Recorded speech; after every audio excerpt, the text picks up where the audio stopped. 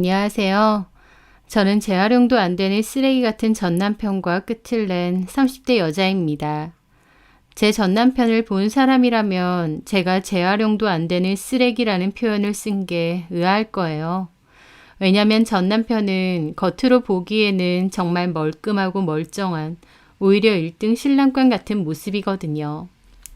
회계사라는 직업에 큰 키, 호감형인 얼굴, 서글서글한 성격과 좋은 매너까지 누구나 첫인상에서 다 좋은 인상을 받을 정도로 겉보기엔 멀쩡한 사람입니다. 하지만 저도 몰랐고 누가 알았겠나요? 그 속은 아주 달고 달다 못해 악취를 풍기고 있다는 것을요. 저는 저희 친언니와 피아노 학원을 운영하고 있습니다. 운영한 지는 10년 정도 되었어요. 저는 원래는 결혼을 별로 안 하고 싶은 생각도 있었습니다. 남자나 연애에 크게 관심이 없기도 했지만 또 한 가지 이유는 제가 나팔관에 문제가 있어서 아이를 가지기는 힘든 몸이었거든요.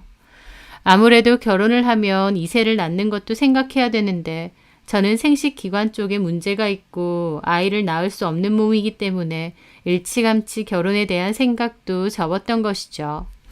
굳이 남자나 연애에 목매는 스타일도 아니었고 제 일 하면서 얼마든지 즐겁게 잘 지낼 수 있었거든요. 그렇게 지내오기도 했고요. 그런데 운영하는 학원 세금 관련 문제 때문에 회계 사무실을 찾게 되었고 거기서 그 남자를 처음 만나게 되었어요. 나이도 젊고 인상도 서글서글 좋았는데 필요한 부분을 친절하게 잘 알려주고 일처리도 꼼꼼하더라고요. 덕분에 해결이 잘 돼서 감사하다는 뜻을 전했는데 그분이 신뢰가 안 된다면 자기가 개인적으로 연락해도 되느냐고 물었습니다. 그런 일은 처음이라 좀 당황스럽기도 했는데 저도 그 사람이 싫지는 않았어요. 그래서 연락처도 주고받았고 식사를 하거나 차도 몇 번 마셨죠. 그 남자는 사적으로 대화를 해보니 더 매력적인 사람이었습니다. 시간 가는 줄 모르고 대화를 했으니까요. 어느새 저는 그 남자와 교제를 시작하게 되었고 저도 그 남자를 많이 좋아했어요. 그런데 교제를 시작하고 한 달 정도 지났을 무렵 아차 싶더라고요. 둘 다 적은 나이도 아니고 어쩌면 나중에 결혼을 생각해야 될 수도 있는데 제가 가진 문제에 대해서 하루라도 빨리 얘기를 해줘야겠다 싶었죠. 이 남자가 결혼이 만약 급한 사람이라면 또 결혼해서 반드시 아이를 가지고 싶은 사람이라면 안타깝고 슬프지만 저랑은 끝내는 게 맞다고 생각했거든요. 그래서 저는 제 상태에 대해서 가감없이 얘기를 했고 그 남자도 처음엔 좀 놀란 눈치였습니다. 저는 만약 당신이 결혼도 원하고 아이도 원하는 거라면 나는 적합한 상대가 아닌 것 같다. 더 사회가 진행되기 전에 미리 말하는 게 맞는 것 같아서 이렇게 얘기를 한다고 전했죠. 설령 헤어진다고 해도 슬퍼도 어쩔 수 없는 문제라고 생각했습니다.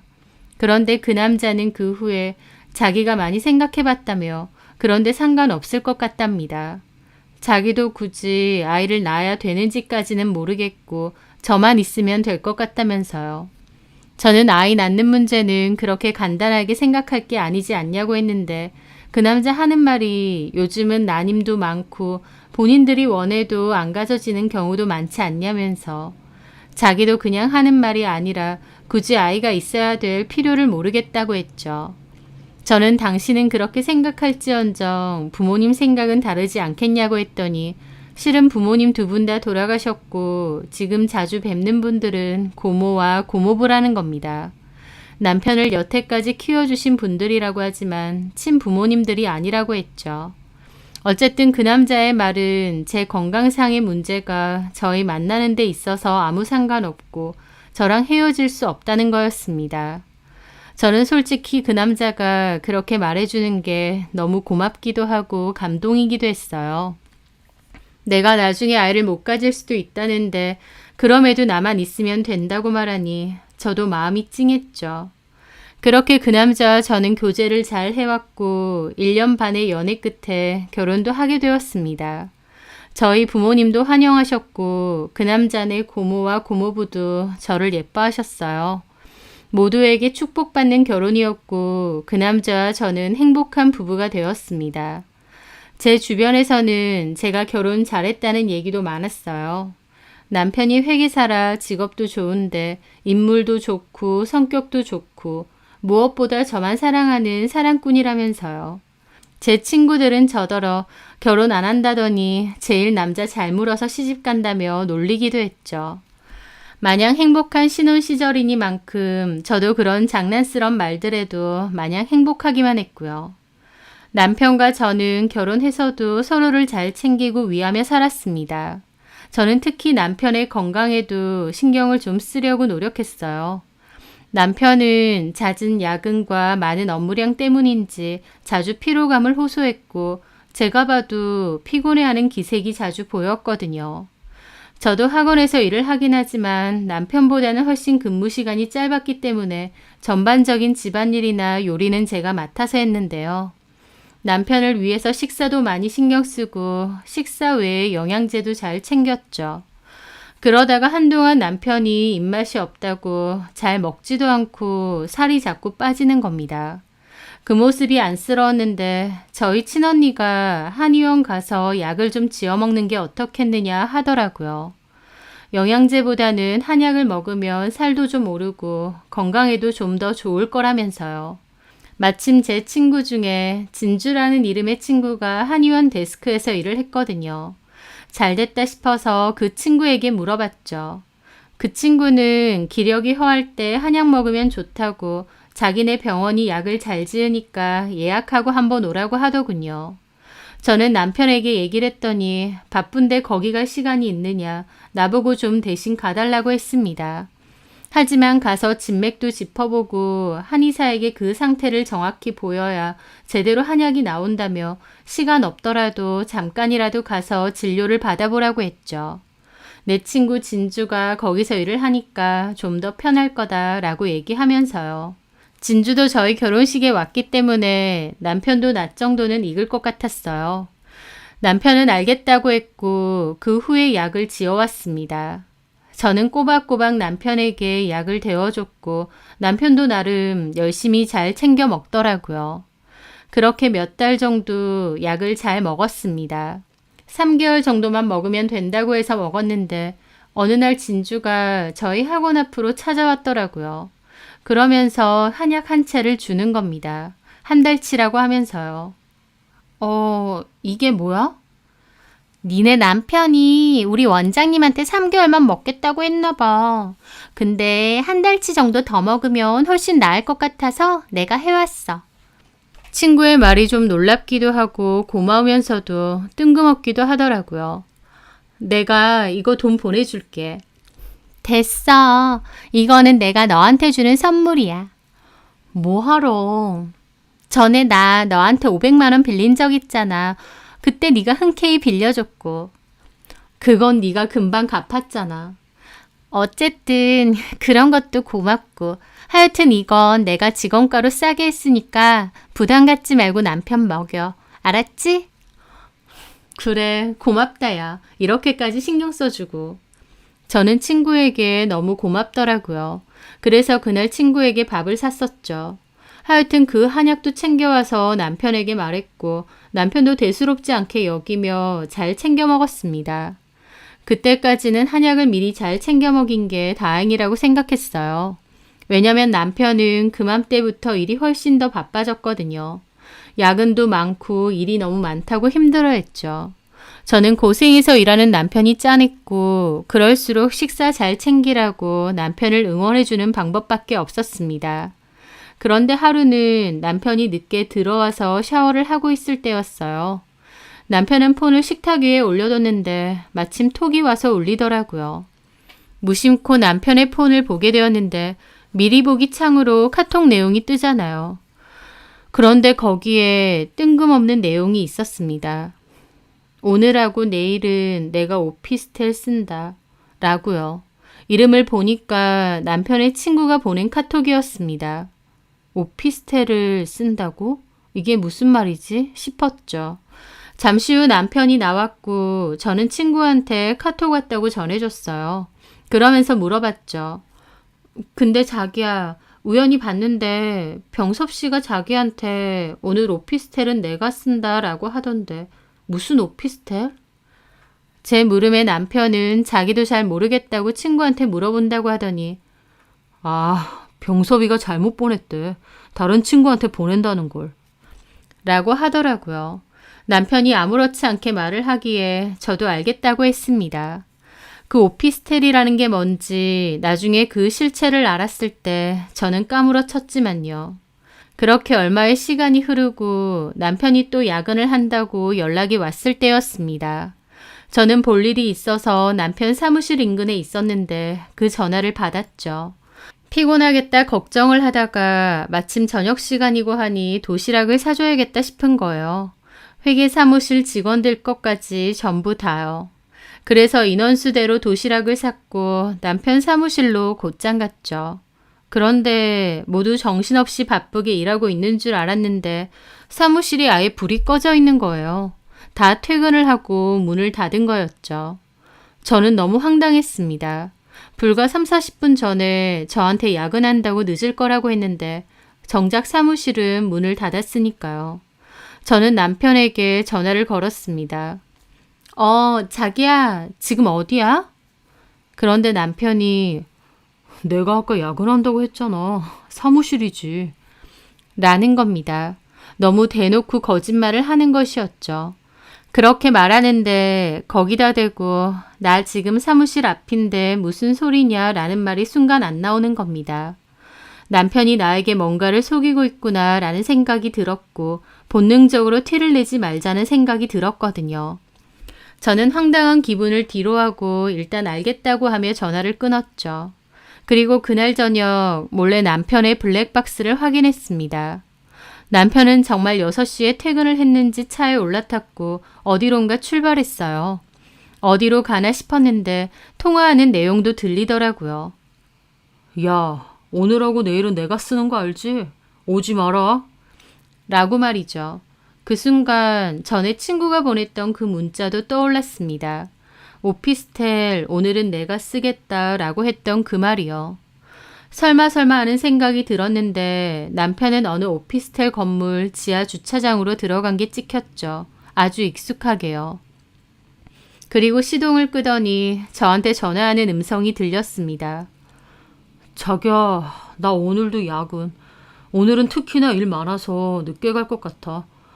피곤해도 어쩔 수 없지. 밥은 좀 이따가 시켜 먹을 거야. 자기는 집에 가서 밥 맛있게 먹고 쉬고 있어. 나중에 봐. 그렇게 천연덕스럽게 거짓말하는 목소리까지 다 찍힌 겁니다. 얼마나 어처구니가 없던지요. 저는 그것도 모르고 도시락 싸들고 사무실에 갔었으니까요. 남편은 그렇게 전화를 끝내더니 흥얼흥얼 콧노래까지 들리고는 차에서 내리는 소리가 다 들리더라고요. 누가 봐도 남편이 바람을 피거나 두 집 살림을 하는 것이 틀림없었습니다. 그맘때 결혼한 지 2년도 안 됐을 때니까 신혼이나 다름없는데 남편은 뻔뻔하게 거짓말을 하며 외도를 저지르고 있었던 겁니다. 저는 그날 잠 한숨도 못 자고 남편을 미행해야겠다는 생각을 했어요. 남편이 통화를 할 때 오늘 내일은 자기가 오피스텔을 쓰겠다고 했기 때문에 그날도 저한테는 야근이라고 속이고 이 오피스텔을 올 것 같더군요. 저는 남편 사무실 근처에서 언니 차를 빌려 잠복했고 남편은 역시나 퇴근하고 나서 차를 타고 가더라고요. 남편을 따라갔고 그 오피스텔 건물도 약간의 거리를 두고 따라 들어갔습니다. 지하 주차장 도착해보니 저 멀리 남편이 엘리베이터를 기다리고 있더라고요. 손으로는 차키를 뱅글뱅글 돌리면서요. 저는 그걸 지켜보다가 남편이 엘리베이터를 탔을 때 차 밖으로 나왔습니다. 그리고 계기판을 보니 그 엘리베이터는 5층에서 멈추더라고요. 저는 5층으로 곧장 올라갔죠. 집이 여러 채가 있었기에 어떤 집인지는 알 수가 없었습니다. 어떻게 할까, 그냥 기다릴까 고민하다가 아예 불러내자 싶었죠. 그래서 저는 복도 쪽에서 남편에게 전화를 걸었습니다.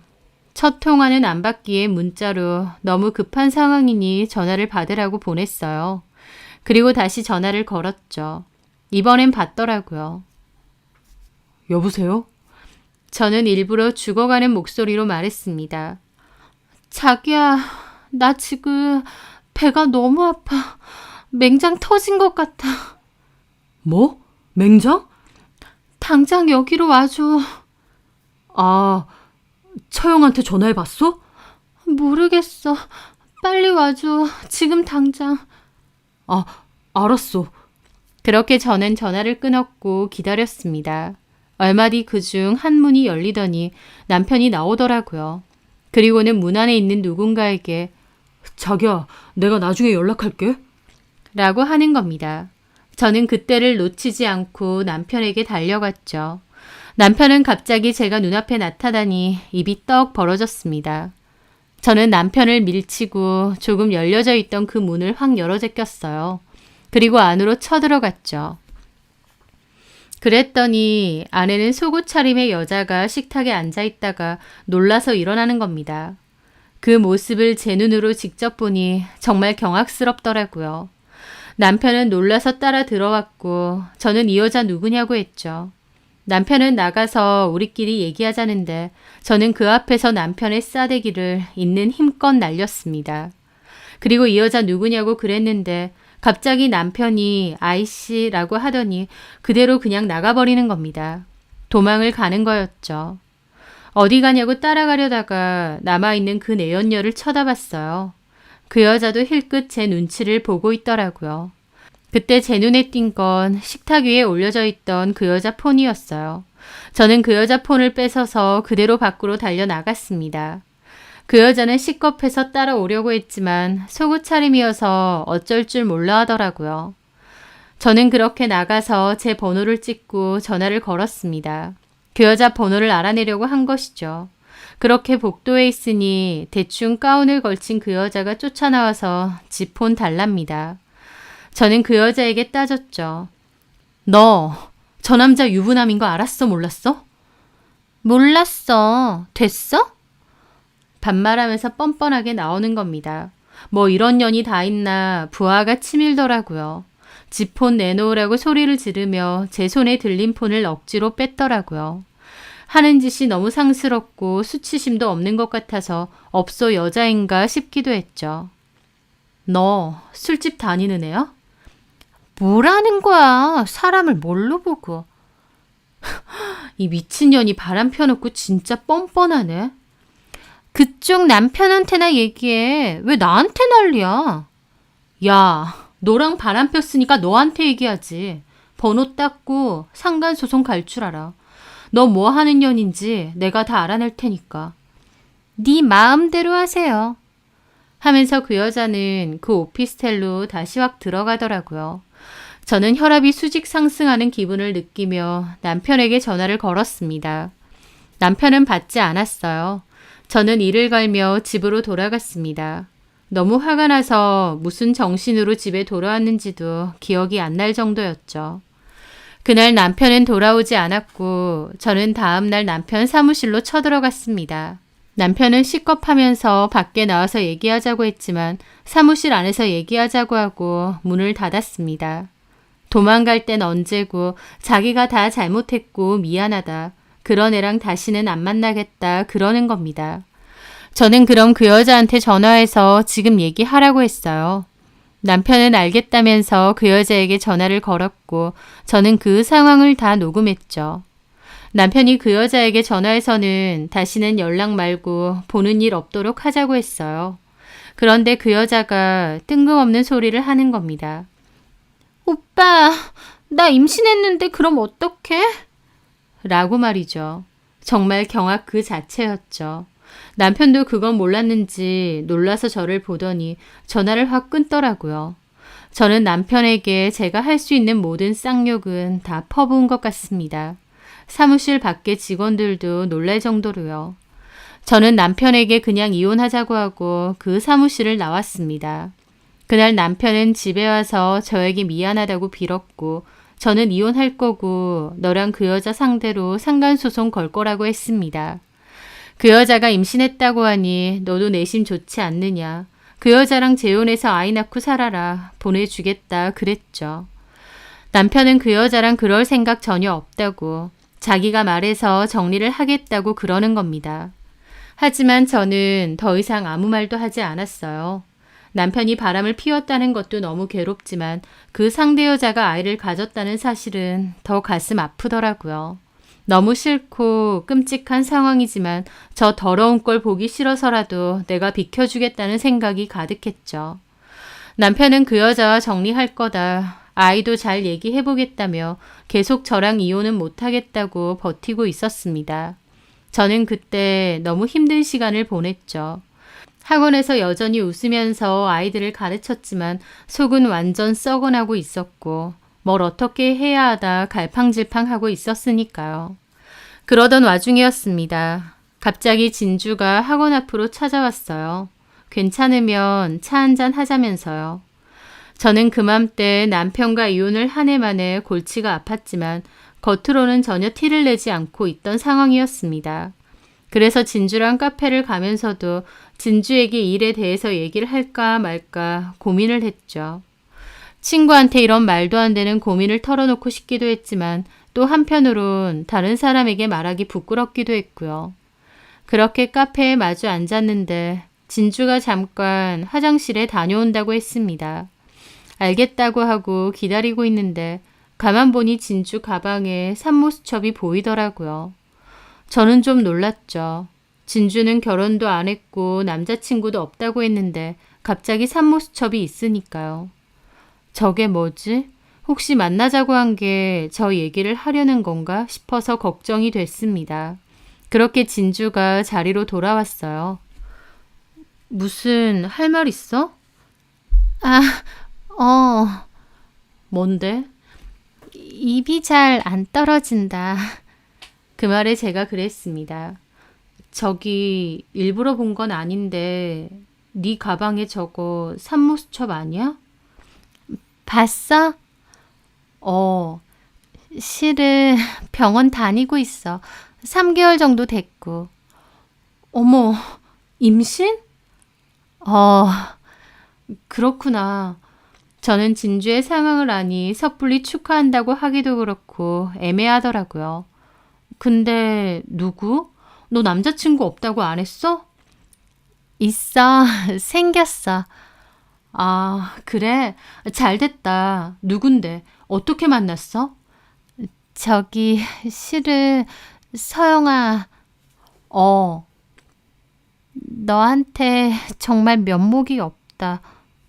뭐가? 나, 네 남편, 인범 씨 애를 가졌어. 친구의 말에도 처음엔 무슨 소린가 싶었죠. 네 남편 애라고. 그게 무슨... 그럼 네가 내 남편이랑 바람이라도 폈다는 거야? 미안해. 친구라는 년이 너한테 참 몹쓸 짓 했다. 그 말에 저는 심장이 철렁 내려앉더라고요. 꿈을 꾸나 싶기도 했습니다. 어떻게 제 친구도 제 남편하고 놀아날 수가 있나요? 저는 이게 무슨 상황인가 이해가 안 돼서 한참을 멍하게 있었죠. 그리고는 겨우 정신을 차렸습니다. 그래서 나한테 이런 얘기를 하는 이유가 뭐야? 너는 애기도 못 가지잖아. 실은 인범 씨도 자기 자식 갖고 싶어 하는 마음이 크더라고. 너한테 티는 안 냈겠지만. 몰랐지? 뭐? 어쨌든 내가 인범 씨 애를 가졌고 나도 인범 씨 많이 좋아해.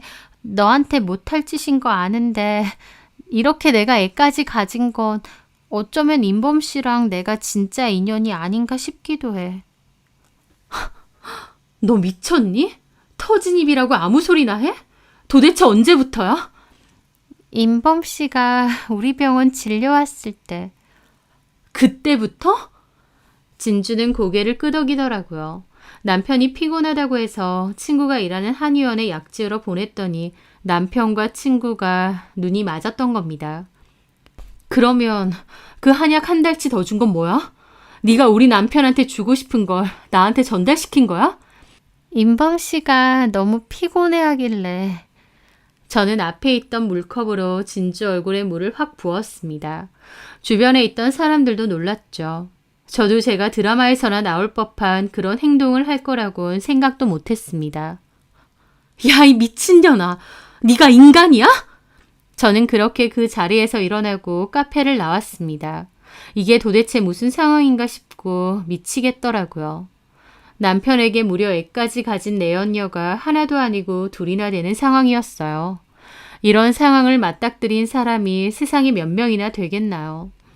어떻게 이런 기막힌 일이 생기나 환장하겠더라고요. 저는 친언니에게 이 모든 사실을 얘기했고 언니도 뒷목 잡고 넘어갔습니다. 저는 울면서 남편이 너무 더럽고 미친놈 같다고, 못 살겠다고, 원래도 이혼하려고 했지만 진짜 꼴도 보기 싫다고 그랬죠. 언니도 이혼하라고, 그런 쓰레기 같은 놈하고는 이혼하고 상종도 말라고 했습니다. 그렇게 깊은 상처를 받게 되었는데 며칠 뒤 진주가 문자로 너한텐 미안해. 하지만 인범 씨를 잡고 있는 게 너한테도 좋은 일은 아닌 것 같아. 모두를 위해서 이혼해줘.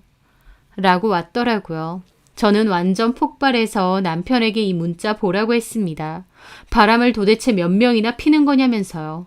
이진주도 임신했다는데 알고 있었냐 했죠. 내가 아는 것만 2명인데 그 외에 몇 명이 더 있는 건지 미치겠더라고요. 남편도 놀라더니 한다는 소리가 아직도 안 지웠대? 라는 겁니다. 뭐 이런 쓰레기가 다 있나 싶더라고요.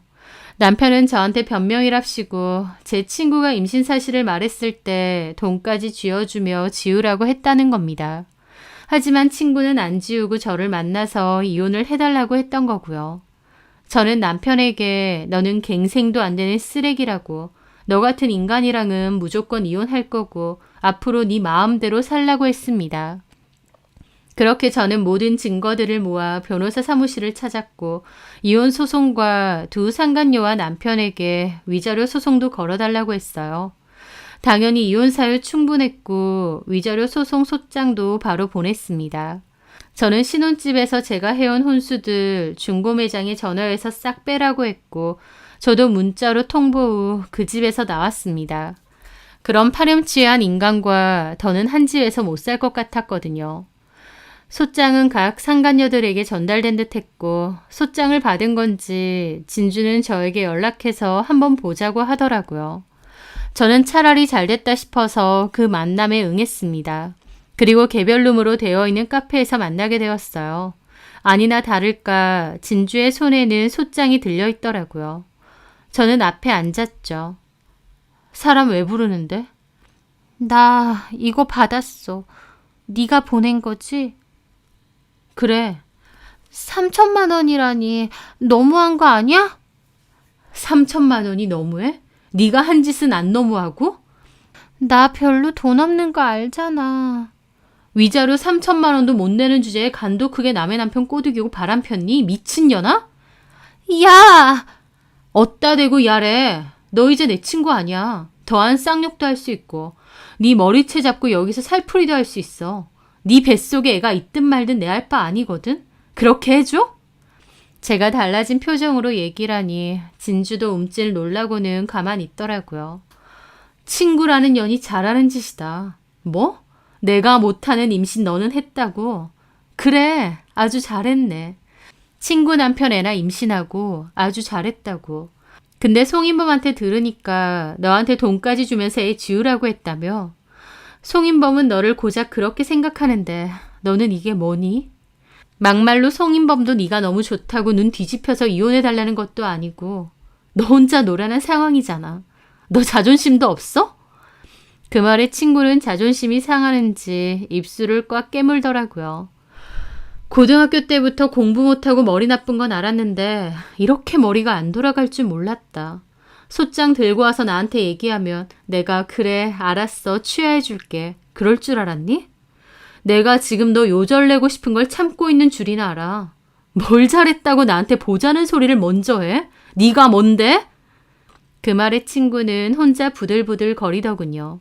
할 말은 없는지 얼굴까지 벌개진 채로 일어나려고 했습니다. 어쨌든 난 이해 지킬 거야. 인범 씨도 어쩔 거야? 내가 지혜를 가졌다는데. 그 말에 저는 웃음이 났습니다. 제가 웃자 그 친구는 표정이 더 안 좋더라고요. 야, 그만하고 앉아. 여기 2 사람 더 와야 돼. 두 사람이라니? 인범 씨 불렀어? 그래. 다른 사람은 누군데? 혹시 인범 씨 고모님? 송인범 고모를 만나든지 말든지 그건 네가 알아서 하고 어쨌든 기다려. 너도 꼭 만나야 될 사람이니까. 누군데? 그냥 기다리라고. 야, 너 내가 아무리 잘못했다지만 말이 너무 심한 거 아니야? 아, 그래. 내가 너무 심하게 했나 보네. 그럼 이렇게 말해줄게. 이진주 씨, 입 닥치고 기다리세요. 친구는 저를 노려봤고 저는 남편에게 전화를 걸려고 했습니다. 그런데 마침 오더라고요. 남편은 저랑 이진주랑 같이 있으니 당황한 눈치였습니다. 저는 남편에게 와서 앉으라고 대신 내 옆에 말고 이진주 옆에 앉으라고 했어요. 왜 부른 건데? 이진주한테 소개해줄 사람 있어서. 그리고 때마침 그 여자도 도착했더라고요.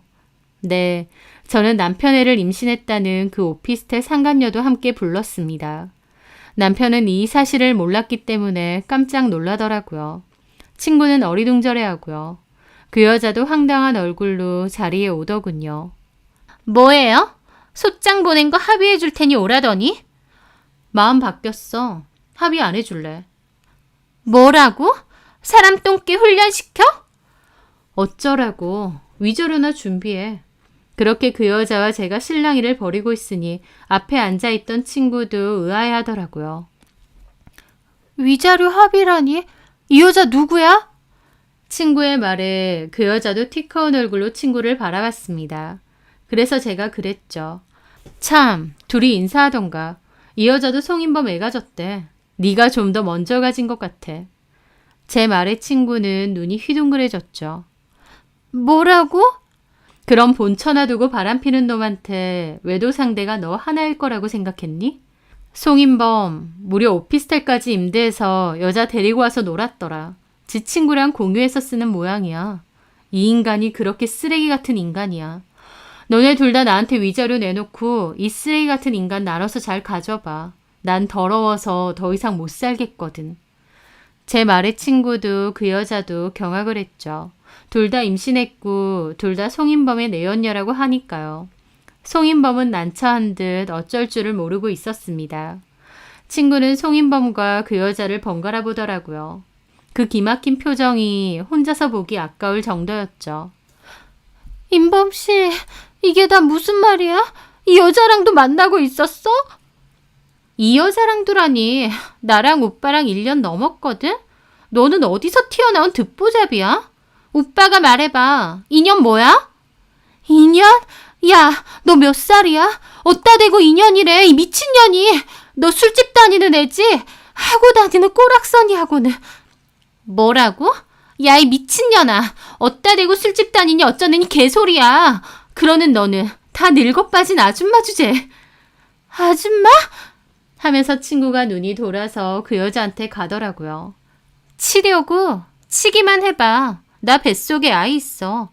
너만 있냐? 나도 있거든? 오빠, 진짜 이 미친년하고도 만났어? 아니지? 오빠가 말해봐. 인범씨, 내가 좋다고 했잖아. 서영이하고는 헤어지고 나랑 살고 싶다고 했잖아. 오빠가 너랑 왜 살아? 이혼하고 나랑 살기로 했는데. 주제 파악 안 되니? 이 술집년이 왜 자꾸 어따 대고 자꾸 술집이래, 이 아줌마가. 하는데 갑자기 그 여자가 친구 머리채를 잡고 친구도 열받아서 그 여자 머리채를 잡았습니다. 순식간에 둘이 뒤엉켰고 임신했으니 배 건들기만 하라며 악을 지르더라고요. 그 카페에 있던 사람들 다 쳐다보고 남편은 진땀 흘리며 둘을 말리고 있고 이게 무슨 웃지 못할 총극인가 싶더군요. 서로 머리채는 절대 안 놔주면서 배는 보호하고 있는 꼴이 우스꽝스러웠죠. 나중에는 카페 사장님까지 달려와서 말리더라고요. 저는 남일인 양 팔짱 끼고 둘이서 개싸움하는 거 실컷 구경하고 자리에서 벗어났습니다.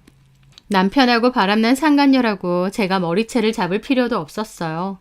상간녀들끼리 알아서 머리채 잡고 싸웠으니까요. 저는 그 후 이혼 소송과 상간 소송을 계속 진행했습니다. 상간자가 2명이나 되는 우픈 현실이 참 어이가 없긴 했지만 어쨌든 받을 위자료도 2배긴 했습니다. 그 와중에도 남편은 그 여자들 다 끝낼 테니 이혼만은 다시 생각해달라고 저한테 부탁하고 있는데 제가 한마디 했습니다.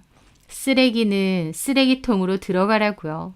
저는 쓰레기통이 아닌데 왜 그 쓰레기 같은 남편을 또다시 받아주겠나요? 서로 자기 거라고 머리채 잡고 싸우는 여자들이 2명이나 있는데요. 아니, 어쩌면 제가 모르는 상간녀가 더 있을지도 모르고요. 제가 이 얘기를 주변에 다 하면 너네 남편 그렇게 안 보였는데 충격적이라고 하더라고요. 저도 남편이 그렇게 건실하고 믿음직스러운 겉모습과 달리 여자에 미친 1명도 아니고 2명하고 바람을 피우는 재활용도 안 되는 쓰레기라는 건 몰랐네요. 그 이혼 소송과 상간 소송은 1년 정도의 시간 끝에 겨우 마무리가 되었습니다. 저는 남편과 그 여자들로부터 위자료를 지급받았어요. 소송 기간이 꽤 길었기에 이미 아이를 낳았을 텐데 어쩌기로 했는지까지는 모르겠더라고요. 진주는 다른 곳으로 떠났다는 얘기도 있고 전 남편은 그때 카페에서의 난투극 때문에 그 더러운 행실이 그 일대에 소문이 다 났다는 얘기도 있었습니다. 제가 일부러 남편 회계사무실이 있는 회계사무실 밀집 지역에 있는 카페에서 만났거든요. 1명도 아니고 2명의 상간녀를 만나고 임신까지 시켰던 전 남편. 지금 생각해도 헛웃음이 나올 정도로 어처구니 없는 일을 겪었는데 어쨌든 조금의 미련도 없이 잘 끝낸 건 다행이라고 생각합니다. 임신 안 돼도 좋다고 말해서 그 모습에 이 남자한텐 나만 있으면 되는구나 싶어서 반했는데 이제 와서 보니 자식 없이 바람이나 열심히 피려고 그랬던 것 같기도 해요.